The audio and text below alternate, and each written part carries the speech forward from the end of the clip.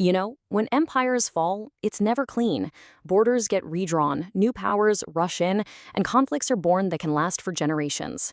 Today, we're going to unpack one of the most chaotic moments of the 20th century, the collapse of the Ottoman Empire. And we're going to do it through the eyes of a man who was right in the middle of it all, Ronald Storrs.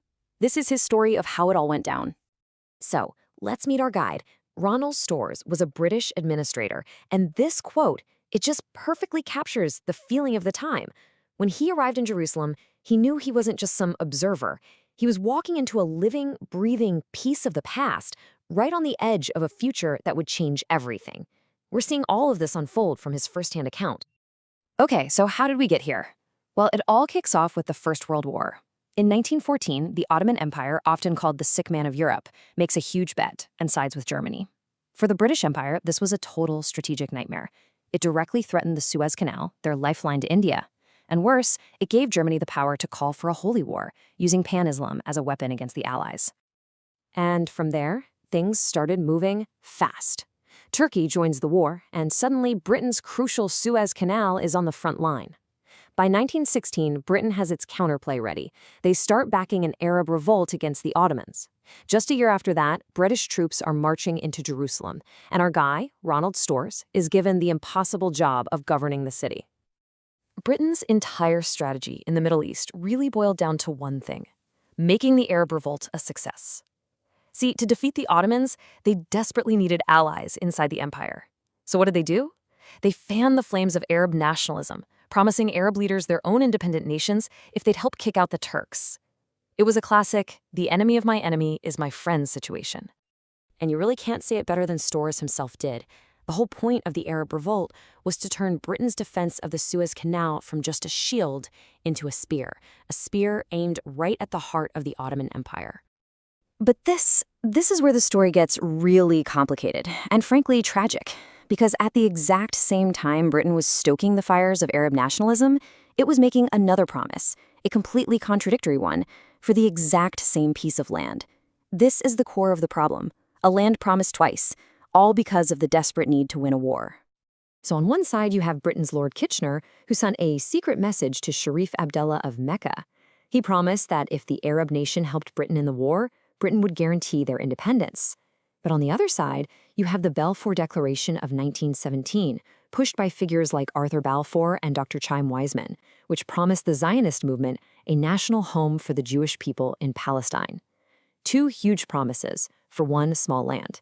It was a collision course from the very beginning. And the fallout from this? It was immediate and completely opposite depending on who you were. For the Zionists, the Balfour Declaration was a miracle. Storrs described their reaction as almost apocalyptic enthusiasm. But for the Arab leaders who had fought and died with the British, it felt like a total betrayal.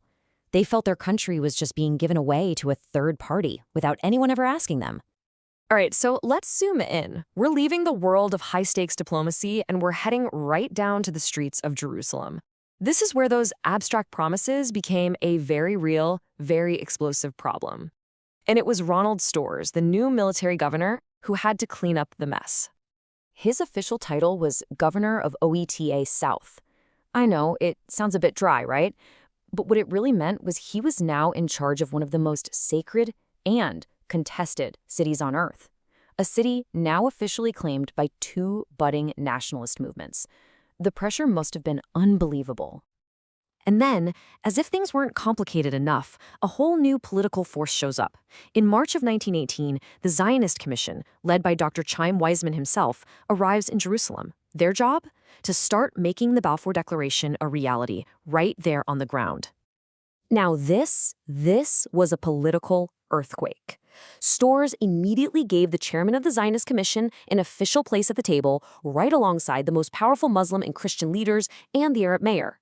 The way Jerusalem had been run for centuries was literally being changed overnight. So you can just imagine, this created an atmosphere that was, well, incredibly tense. Storrs basically found himself in constant crisis management mode, running around trying to put out all these little fires that were starting to pop up everywhere as these two nationalist movements began to clash. Now, you gotta give Storrs some credit here. He didn't just sit back and watch the city burn. He really did try to build some kind of bridge across this huge gap that was opening up between the Arab and Jewish communities. It was a task that would push his diplomatic skills to the absolute limit. He actually tried some pretty old-school diplomacy. He literally writes home about planning a dinner party. He brought Dr. Weissman, the head of the Zionist Commission, to sit down with the Grand Mufti of Jerusalem and the city's Arab mayor, Musa Kazem Husseini. You can just picture it, right? A well-meaning attempt at unity in a city that was anything but. But let's be real, a dinner party? Was that ever going to be enough to solve a fundamental clash of national destinies? The political forces were just too strong, and the sense of betrayal and hope on both sides was way too deep. The answer, unfortunately, was a pretty clear no. And soon enough, the city was an absolute tinderbox. Arab leaders were furious about being called non-Jewish communities in the Balfour Declaration. Making Hebrew an official language meant the Arab majority had to pay for a whole new system they didn't ask for.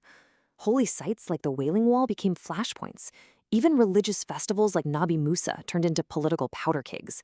Storrs just watched as this Arab-Jew tension grew worse every single day. In the end, when you step back, you see what Storrs saw. This wasn't a simple problem with a simple solution. It wasn't a case of good guys versus bad guys. It was a tragedy, a truly irreconcilable dilemma with two passionate, deeply held, and totally opposed claims to the very same, very small piece of land. Let's just boil it all down to its absolute core. From the Arab point of view, this was a fight for their very survival as a nation in their own country. They were fighting against what they saw as a third party being forced upon them. And from the Zionist point of view, this was the dream of 2,000 years coming true, a historic, passionate, and in their eyes, completely rightful return to their ancestral home. And that leaves us right back where we started, with the exact same question that haunted Ronald Storrs a century ago. It's a question that has defined so much conflict ever since. How can two peoples, each with a passionate and legitimate claims, share one small land? It's a question that, even today, still doesn't have an easy answer.